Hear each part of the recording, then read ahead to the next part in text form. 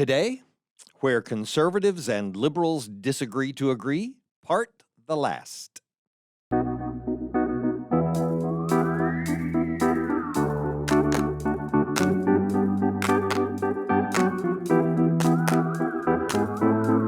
Welcome to Coffee with Creamer, where you get to sit down with our host, Dr. Barry Creamer, for a conversation about faith, life, and culture. We'll look at old ideas through a new lens, turn those culture wars on their head, and paint a picture of the way things could be. If you like your thinking deep and your coffee hot, pull up a chair. You're in the right place.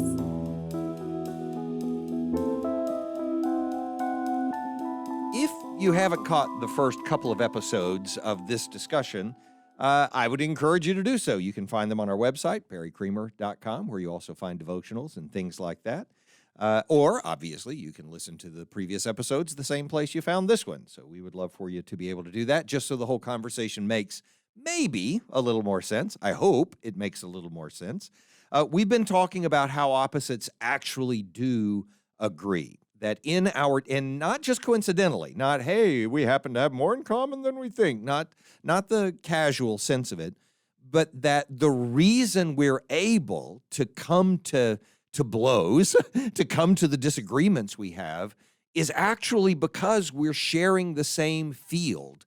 We hold the same foundation or the same core values. If we didn't, we wouldn't be able to disagree. We wouldn't even communicate with each other, but we do, and on the most important values in some ways. And so we've been talking about some basic concepts of how societies function. We spent a long time on that, on individualism and collectivism, as some people refer to it, communitarianism, as I'm referring to it on purpose for reasons that we've talked about in the first couple of episodes. And so what I want to do today is pick up on this fact that we were closing with last time, that historically and biblically and theologically, there is space for us to know our moral condition, both as individuals and as being inextricably bound up in the moral condition of our culture.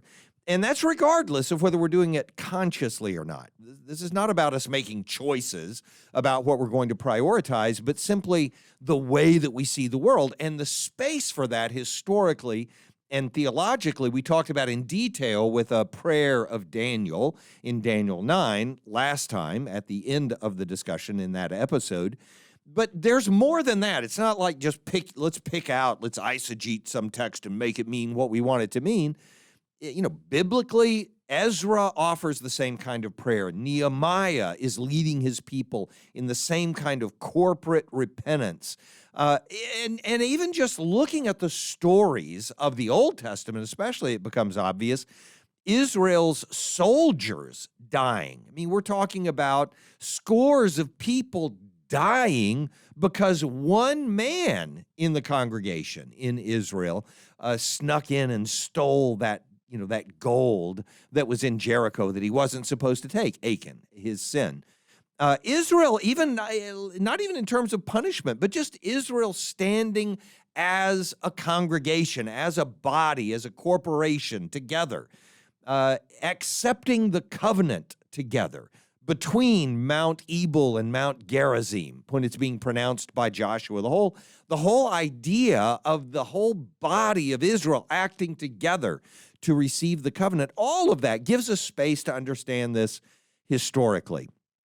But moving forward from that, acknowledging that when we went through the Enlightenment, we adopted this way of seeing ourselves as individuals independent of our community, acting independently, and that becoming the highest priority. A rights-based society depends on that understanding of ourselves as individuals who are protected from the interest of the community, from the interest of the covenant, we would have said in the Old Testament. It depends on that, and no one expresses that more forcefully than Freud. In fact, he's the one who gives form to the way we begin to see ourselves as individuals with such clarity. He gives form to it with such clarity that to this day, we rely on that understanding of ourselves. I know we don't think of our psychological disciplines in a Freudian sense anymore. I know we've left behind some of the basics of how he would do psychotherapy,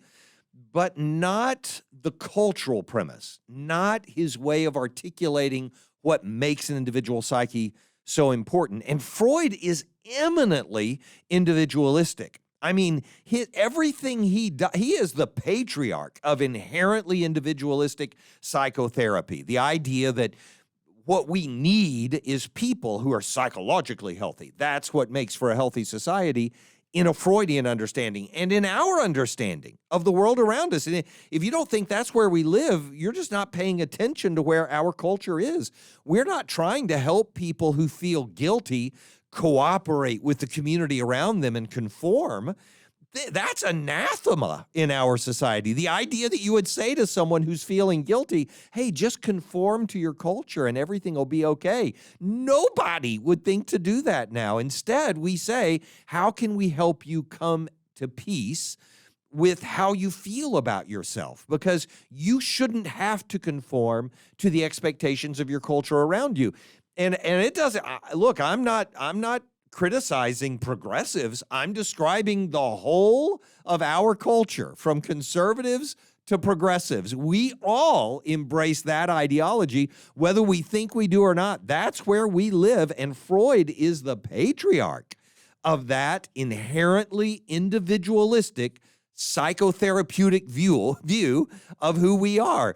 Now, and again, I know that sounds like a bunch of $10 words, but just think about it. If you find someone who's having any kind of crisis, emotionally or otherwise, we don't say, hey, well, let's just figure out a way to make you fit in with everybody. How can we get you to conform? That's just not how we think about it. And so in Freudian thinking, the whole premise is that the individual begins in a state of natural opposition to the rest of society. It is the emergence of individualism, and an explanation of what that would be. You are, as an individual in this Freudian sense, you are learning to be deprived from the things that you want as an individual in order to benefit from the things that that society can give you as an individual. That's how Freud frames things. So you are eventually, in his view of the id and the ego and the superego and the way they work together in, civilization's discontents, that's a book of his. Eventually, you are internalizing society's prohibitions and approbations for yourself so that you are somehow content. But it's not because you, in a healthy way, not because you just do everything the community wants. It's because you've internalized the expectations of the community. And now, as an individual, you can be fulfilled in that society. Why am I spending time on Freud? Because Freud, again, to say it, is the person who gives form to a different way we understand ourselves by the end of the 19th century, to the way we understand ourselves as individuals. And all of this is coming back to economics and racism and the SOGI issues and abortion in just a moment. But if we grasp the depth of the distinction in our way of thinking of ourselves as individuals from culture's previous way of seeing themselves as communitarian, as depending entirely on the society for their identity, for their belonging, then we can grasp where some of these conflicts are coming from in just a moment.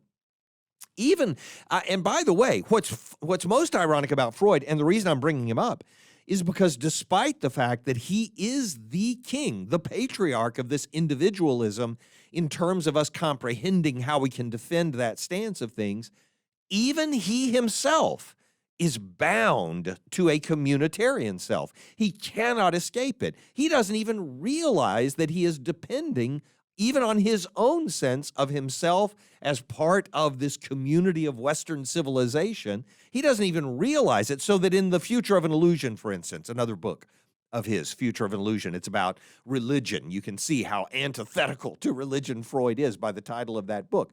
In The Illusion, religion is the illusion, and it should be undone. We should see through it and become more scientific in our thinking. He sees religion in that book as imposing false communitarian values, but he doesn't replace them with just radical individualism, radical creative individualism, or existentialism. It's not that. He replaces it with science. He sees the answer as science. We should be embracing the values of science. We should move forward in our community with the values of science. And even in the beginning of the 20th century, it wasn't part of our natural way of thinking to simply dismiss the values of communitarianism.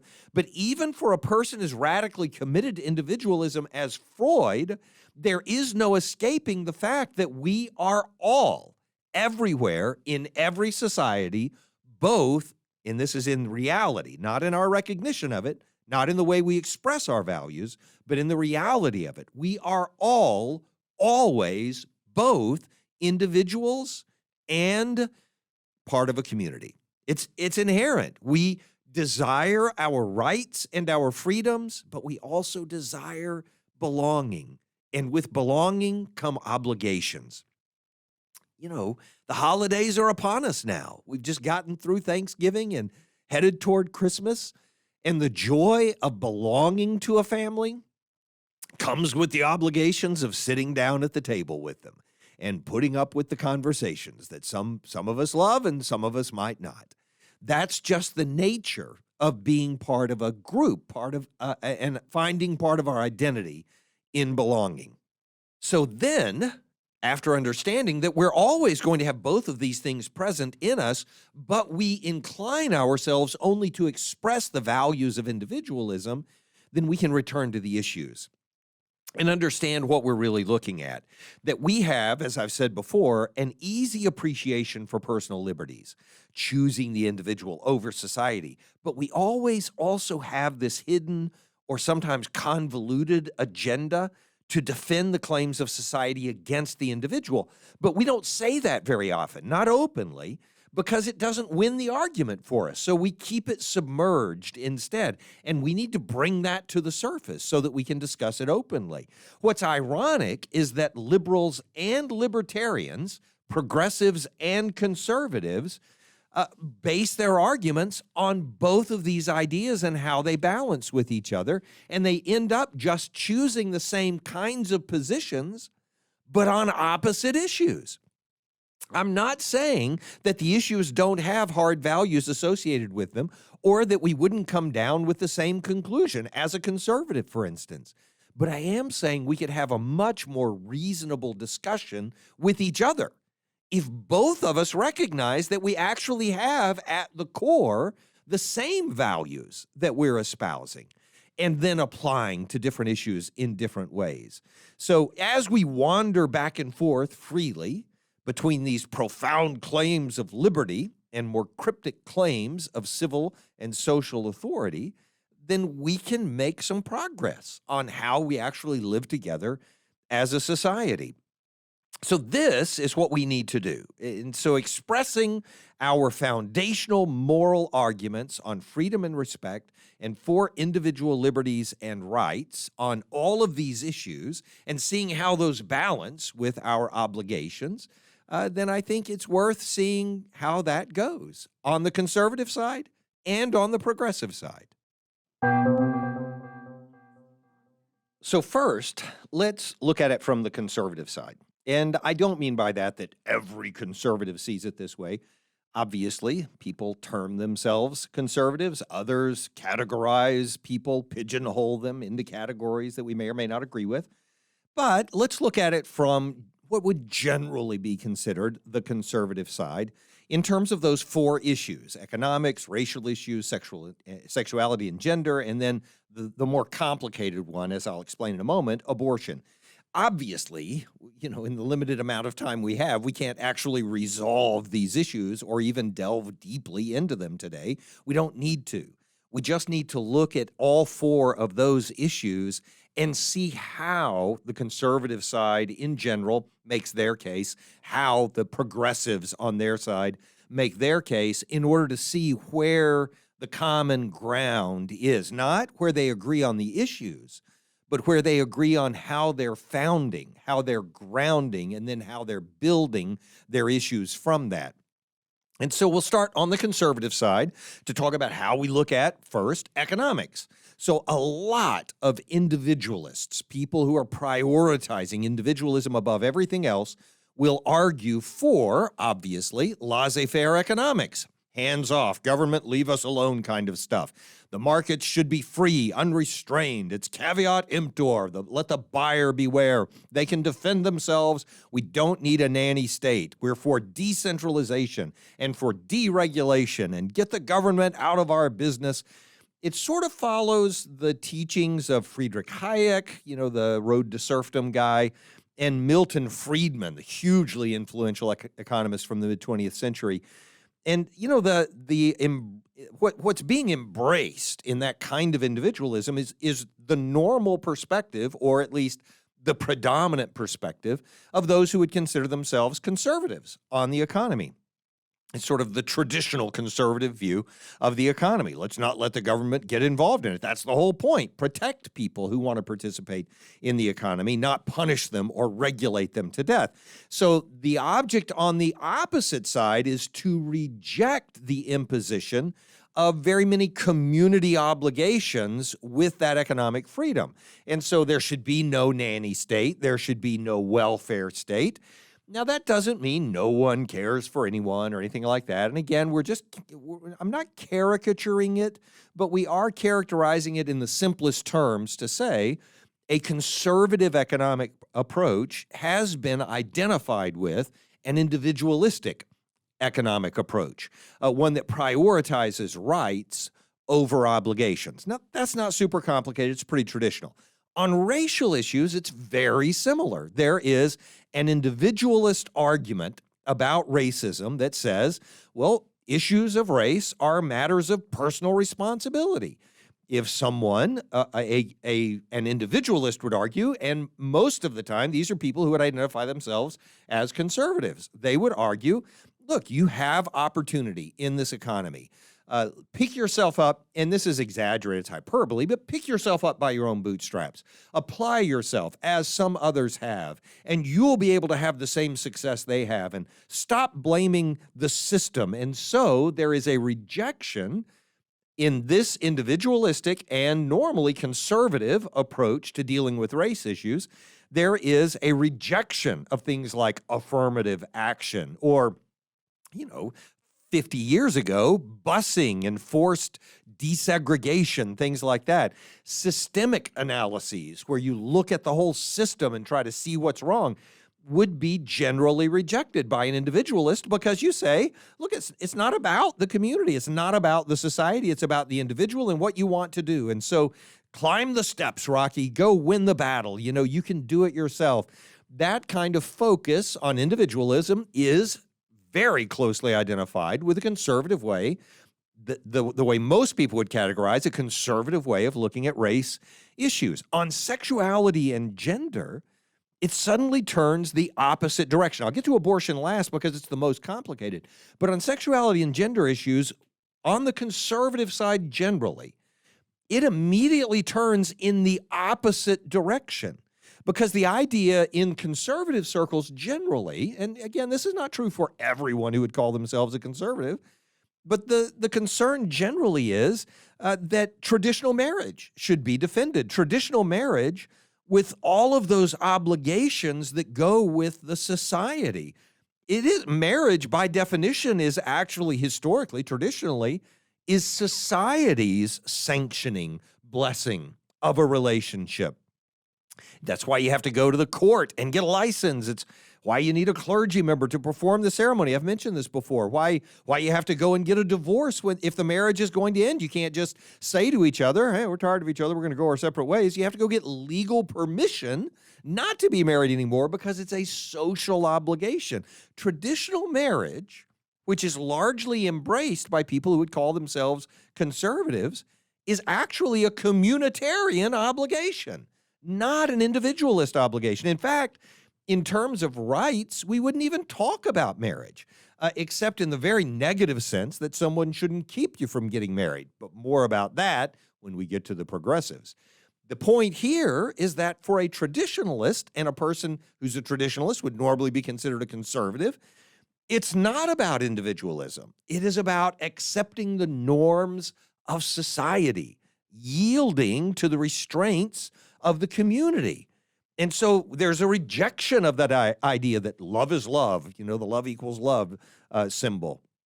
That one person's love, the individualist approach, one person's love deserves the same protections as another person's love. That's rejected in the traditionalist approach to these things, which tells you that even among conservatives who would normally rise up and say, look, we're all about rights and liberty and the Bill of Rights and the Declaration of Independence, and it's all about the individual. Even those who would consider themselves conservative as focusing on individualism when it comes to some issues are actually quite committed to a communitarian obligation, traditional marriage as a social obligation. The last example, this is the complicated one, abortion. And we'll talk about it on both sides again in a moment, but from the conservative side, there is a rejection of women's rights about reproduction. Not that people would ever stand up and say, I reject women's reproductive rights. Nobody's saying that. But the idea that abortion should be considered a right is rejected, which it's considered a right by the women who favor abortion remaining legal, obviously. And so I think most people who would consider themselves conservatives on the issue of the sanctity of life, as I would prefer to say it, on the right to life, as other people say it, on the issue of abortion, as some people are going to characterize it, are the people who are saying, no, let's not focus on women's rights.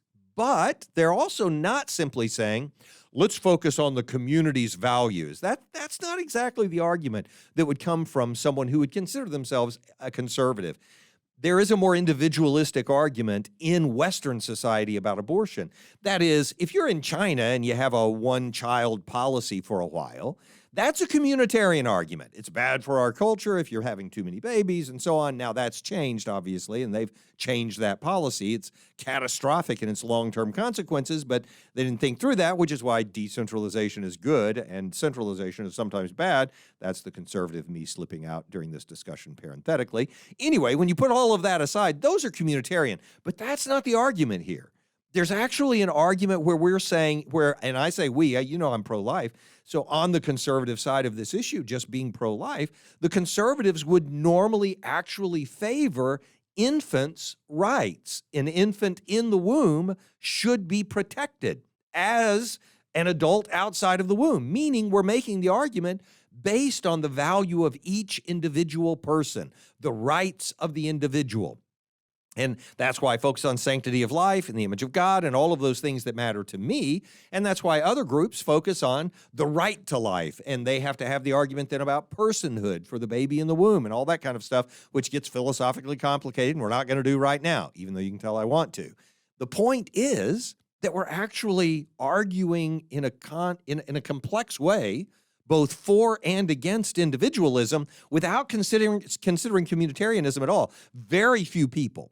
Because a lot of people who are opposed to abortion being legal also are Protestants, and they are okay with contraceptives. So you almost never hear the argument, you should have all the babies you can, and you can't have any restraint on it, and you're robbing our society of children if you have abortions. There are some arguments made that way, but most are not those communitarian arguments.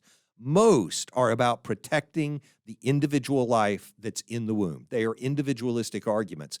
In the same way that we are pushing against, conservatives are pushing against those same individualistic arguments when they're applied to the mother instead of to the baby. Because you can see that what you would have to embrace as a mother is a communitarian obligation. You have an obligation to a family member. You have an obligation to our society to protect the life of the child that's inside of you. So that's a different issue altogether. This one is us saying, look, this is an individual child. It should be protected by the law, and you have no right to violate that. So the idea that we're arguing sort of individualism on both sides of that issue shows up just on what I would call the conservative side of approaching it. So now let's take those four issues: economics, racial issues, sexuality and gender, and then the one that I mentioned at the end, the complicated one, abortion, and put them on the other side of the equation, on the progressive side.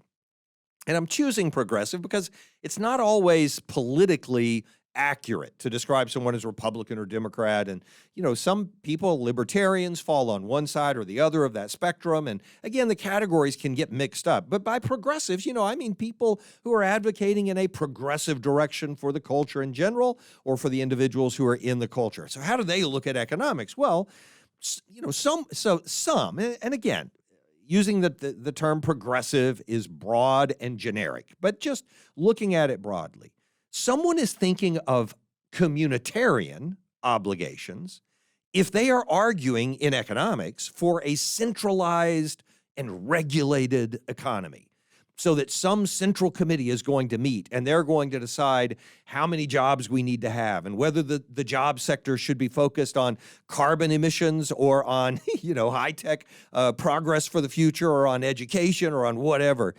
If you centralize the control of an economy, you are saying we need someone to have the perspective of the community's interest at heart, not just profit, not just how they're going to make money.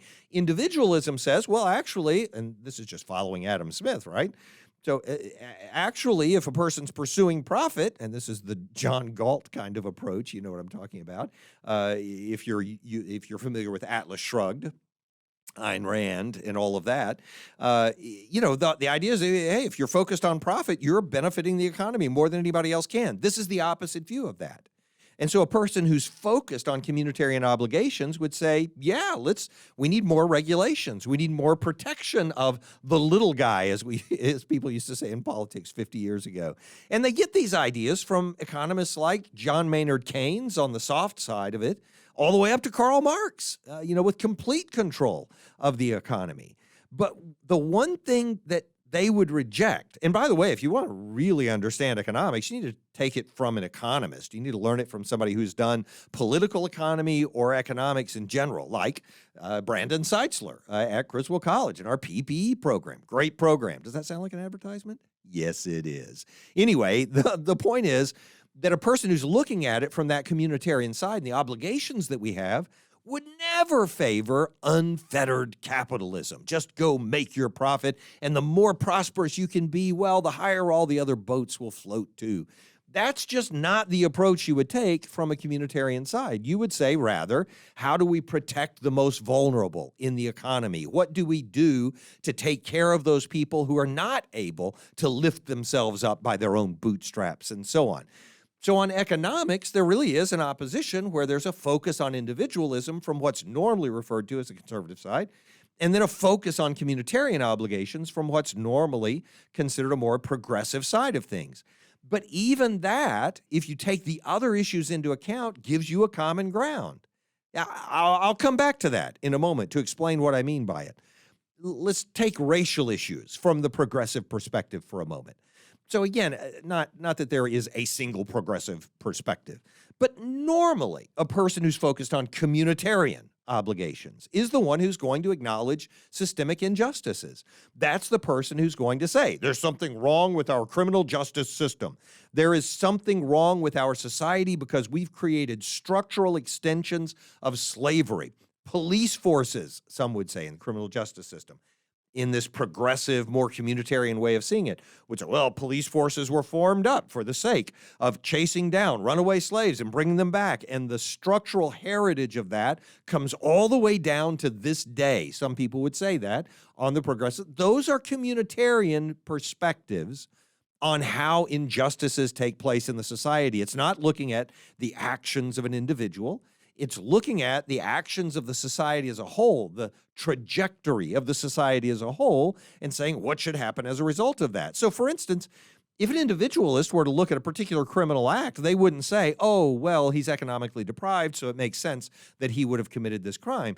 But a progressive might. They might not say, oh, well, it's okay that they committed this crime because of this. But they might say, hey, the solution here is not just to throw more people in jail. The solution here is going to be for us to change the way our economy works.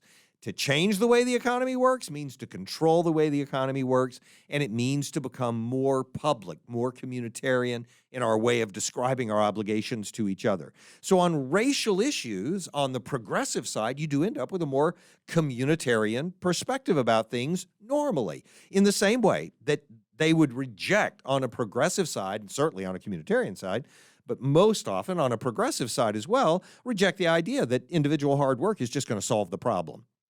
That's just not where it comes from. And by the way, that division of progressives and conservatives along those lines, both on economics and racial issues, is often tied in with that term, the Judeo-Christian work ethic. And I'm not demeaning the Judeo-Christian work ethic as a way of understanding the world around us, but very often that term, the Judeo-Christian work ethic, has been associated with that particular political stance on those particular issues. And so just recognizing that means saying, oh, so this is a promotion of individualism.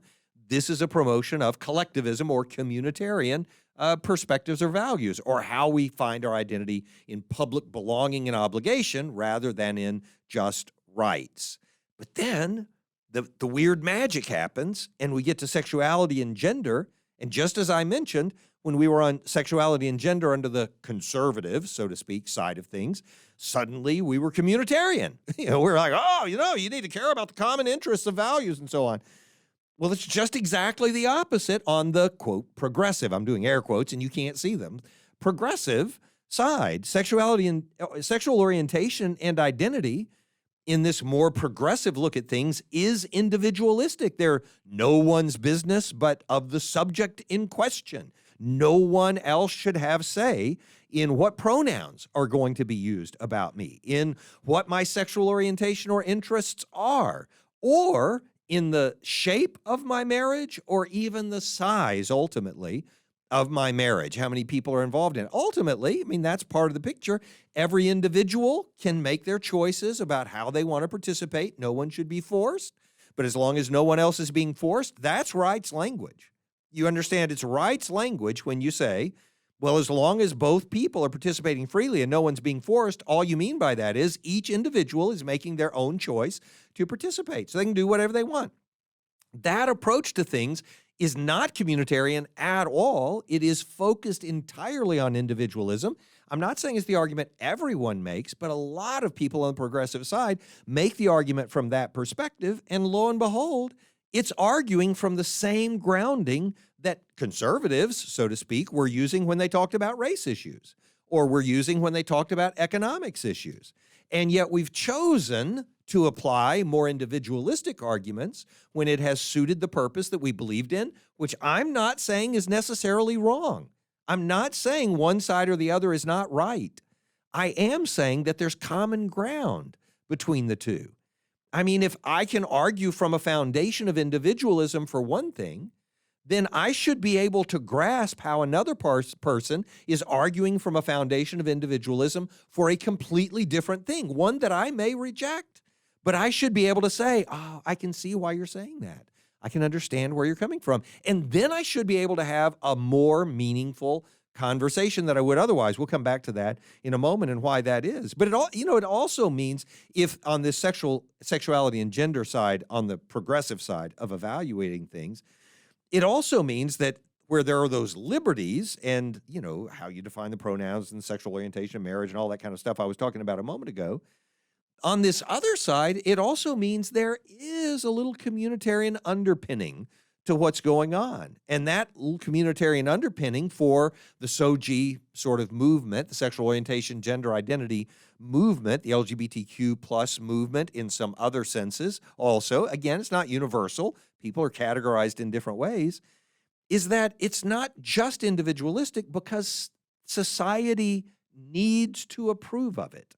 That is, it's not, so I get why there's such a push for public accommodations to be made for people who might be excluded from the economy otherwise, even on things involving creativity and so on. I'm not saying it's right. I'm just saying I get the argument. You know what I'm talking about, the cake bakers for marriages and stuff like that.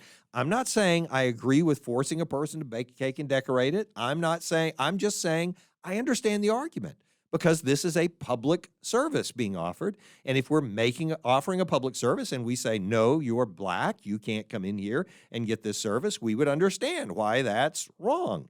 And it makes sense that somebody would make a similar argument about things regarding sexual orientation. I'm not saying they're right. I'm saying it makes sense to make the argument. You understand? It means there is a ground for having a discussion about it. And at that point, we might actually be able to resolve something. But the point here is it's not just about public accommodations, which really do just come down to individualism and the rights of the individual to walk into a store and buy anything they want to buy just like anybody else can buy it. That's individualism. That's not what this is about. But there is also, because there is also this need for explicit approval of the relationship itself. We want to be able to walk into the courthouse and get a license for a same-sex marriage. We want to be able to get the approval of our community. And in that sense, we've gone back to acknowledging that there's still something important about the community obligations that we have, even when we're individualists. Do you see how I'm saying? Not that somebody's self-contradictory and they're just undermining their own argument, but instead saying, lo and behold, we actually share a lot of ground on these issues around both communitarian obligations and individual rights. I'll put it that way. And on abortion, the most complicated one out of the four that we've talked about. And again, it's most complicated because we're embracing individualism on both sides as we're pushing against both sides. So on the abortion issue, obviously a more progressive or an advocate for abortion rights is going to say yes to women's rights. It's all about reproductive rights and the freedom of the woman. But that is a promotion of individualism for that woman. And when a person that's on the more progressive side says no to infant rights, well, you can understand why that response is couched in rejecting the personhood of the infant. So you want to say, look, we are protecting individuals' rights. This is just not an individual yet, and so they don't qualify.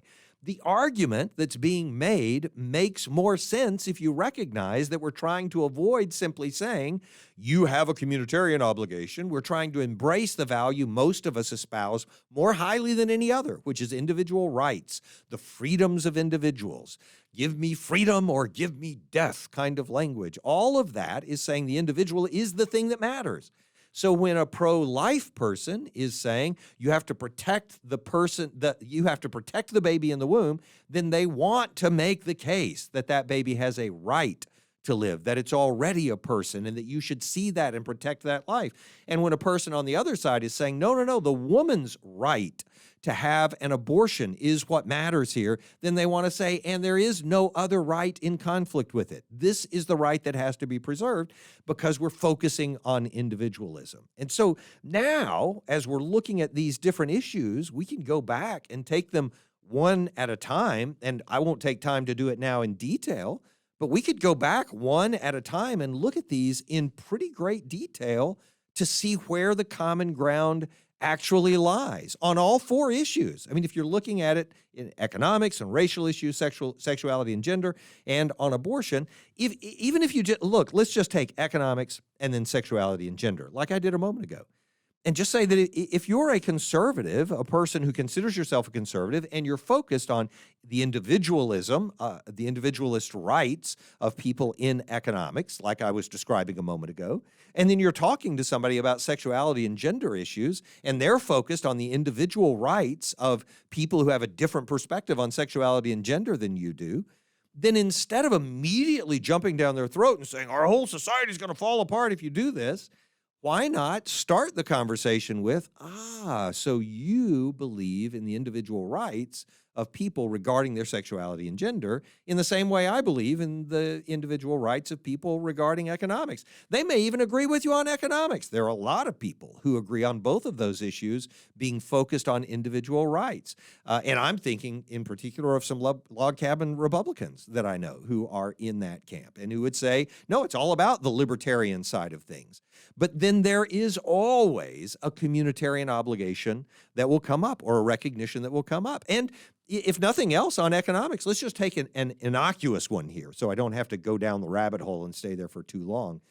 But on economics, which is fairly easy to talk about, it's less inflammatory sometimes. On economics, just acknowledging that taxes can be collected without being necessarily theft is to acknowledge that we do have a communitarian obligation. just to provide for the common defense is enough to admit that we have a collective or communitarian obligation with our money that even goes beyond the freedoms that we have with capitalism. I made this money. You don't have a right to take it and buy a gun and hire a soldier and protect me from some other country destroying us and taking my business that I made the money with. That's nonsensical. It's self-contradictory. So it acknowledges right off the bat that there's ground for us to be able to have this discussion more meaningfully than in the absolute terms. You either absolutely believe in individualism or you absolutely believe in violating every right of every individual in the culture, and so on. We can do better than that in the conversation if we understand these groundings that underlie what's going on with it. Okay, so with all that said, then we need to take these 3 episodes and just give a very brief wrap-up. And the first thing I want to say is to repeat how we ended the second episode by saying we have to remember that there is hope. I'm not simply saying, oh, we'll never be able to solve these problems. I don't know the solution to the problems, but I know the solution is going to come from people coming together to find solutions. It's not going to come by one half of the country destroying or eliminating the other half of the country. That's just not, first of all, it's not going to happen. It's not going to succeed. And it's not the right approach to take to things. And so when I said before, we know that we're coming to blows, we should recognize the common ground on which we have come to those disagreements. And I want us to start recognizing those. And some other topics will emerge from this. We'll discuss them later, and there'll be whole episodes by themselves talking about corporate guilt and pride in American culture as a whole. We have a hard time acknowledging that, and we should talk about it.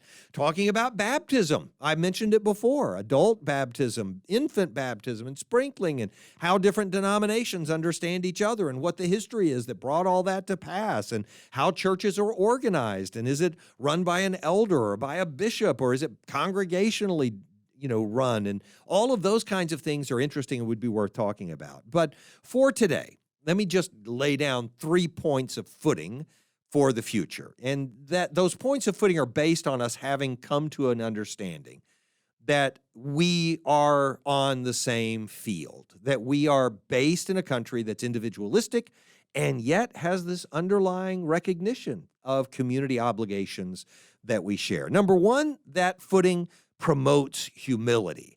And that's simply to realize that the conservative reasoning on economics is the same as progressive reasoning on sexuality and gender.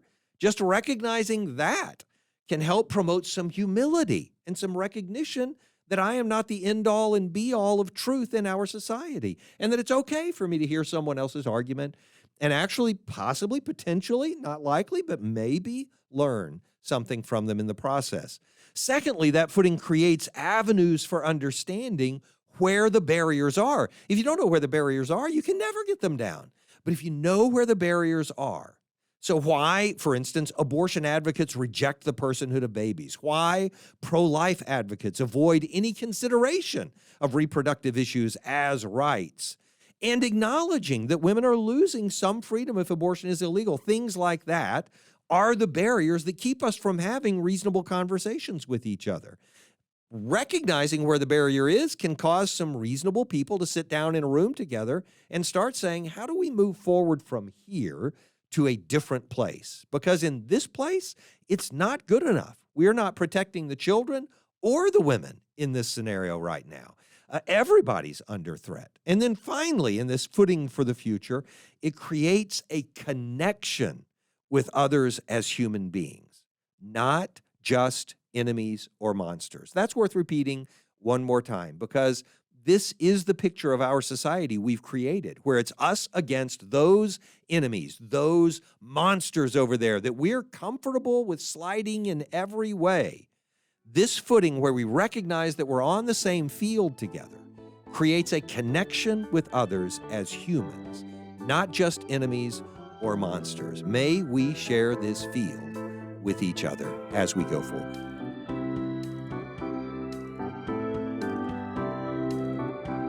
Thanks for joining us for Coffee with Creamer. Your cup of coffee may be finished, but we are not. Come back next week for a refill as we sit down to examine a new set of ideas and cultural issues.